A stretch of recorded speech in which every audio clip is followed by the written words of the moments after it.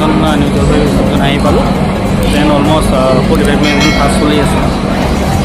এখন কাঞ্চনজংঘা এক্সপ্ৰেছ গৈ আছে শিয়ালদা টু শিলচৰ।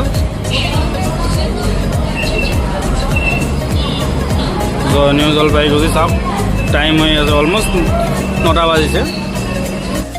তো নেক্সট ষ্টপেজ কিজানগঞ্জ আছে, এতিয়া শুই যাম কাৰণ ৰাতি আমি মালদাত নামিম বুলি ভাবিছোঁ, কাৰণ মালদালৈ আমাৰ ট্ৰেইন আছে।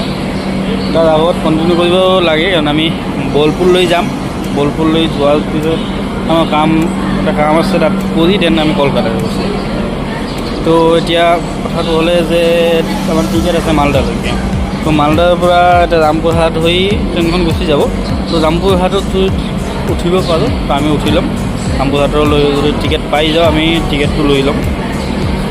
চাওঁ কি হয়। এতিয়া ইয়াৰ পিছত কিজানগঞ্জ ট্ৰেইন ষ্টেচন আহি পাব, চাওঁ। তেতিয়া অলমষ্ট শুই যাওঁ কাৰণ আধা ৰাতিত উঠিব আছে।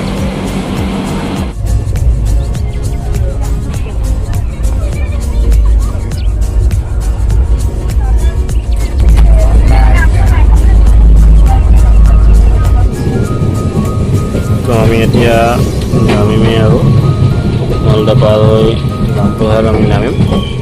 টোপনিটো ভালকৈ নহ'লে বহুত মুখটো বিষাই আছে, এতিয়া নামিমেই আৰু। এতিয়া টাইম হৈ আছে মৰ্ণিং 4:29। এতিয়া আমি ৰামপুৰহাট আহি পালোঁ। এতিয়া ৰামপুৰহাটৰ পৰা বোলপুৰলৈ এতিয়া লোকেল ট্ৰেইন ল'ব লাগিব। লোকেল ট্ৰেইন আছে। এতিয়া ৰামপুৰহাটত আমি অকণমান ফ্ৰেছ হৈ লৈ অকণমান খাই আমি লোকেল ট্ৰেইনত উঠিলোঁ। 5:10 বজাত আছিলে লোকেল ট্ৰেইনখন। তো লোকেল ট্ৰেইনলৈ গৈ আমি বোলপুৰত নামিলোঁ। বোলপুৰত আমাৰ অকণমান কাম আছিলে, সেইটো কাম কৰি লৈ আমি ডাইৰেক্ট তাৰ পৰা কলকাতা বাছত উঠি আমি ডাইৰেক্ট গ'লোঁ। এতিয়া কথাটো হ'লে যে মই মোবাইলত নাছিলে চাৰ্জ, সেইকাৰণে বাকী ভিডিঅ' কৰিব নোৱাৰিলোঁ। কেনেকৈ বাছত উঠিলোঁ, কেনেকৈ বাছখন পালোঁ, সেইবিলাক মই ভিডিঅ' কৰিব নোৱাৰিলোঁ।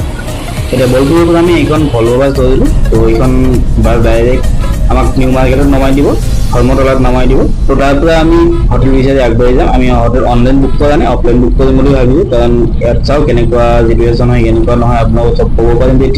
তেতিয়া আমি হোটেল ৰুম কেনেকুৱা পালোঁ, কি কি চিটুৱেশ্যন হ'লে, কেনেকৈ আমি বুক কৰিলোঁ, আপুনি চব ডিটেইলছ আপুনি নেক্সট এপিছডত পাই যাব। যদি ভিডিঅ'টো চাই আপোনাৰ ভাল লাগিছে তো লাইক কৰিব আৰু চেনেলটো ছাবস্ক্ৰাইব কৰিব, তেতিয়াহে আপুনি বাকী এপিছডটো চাব পাৰিব।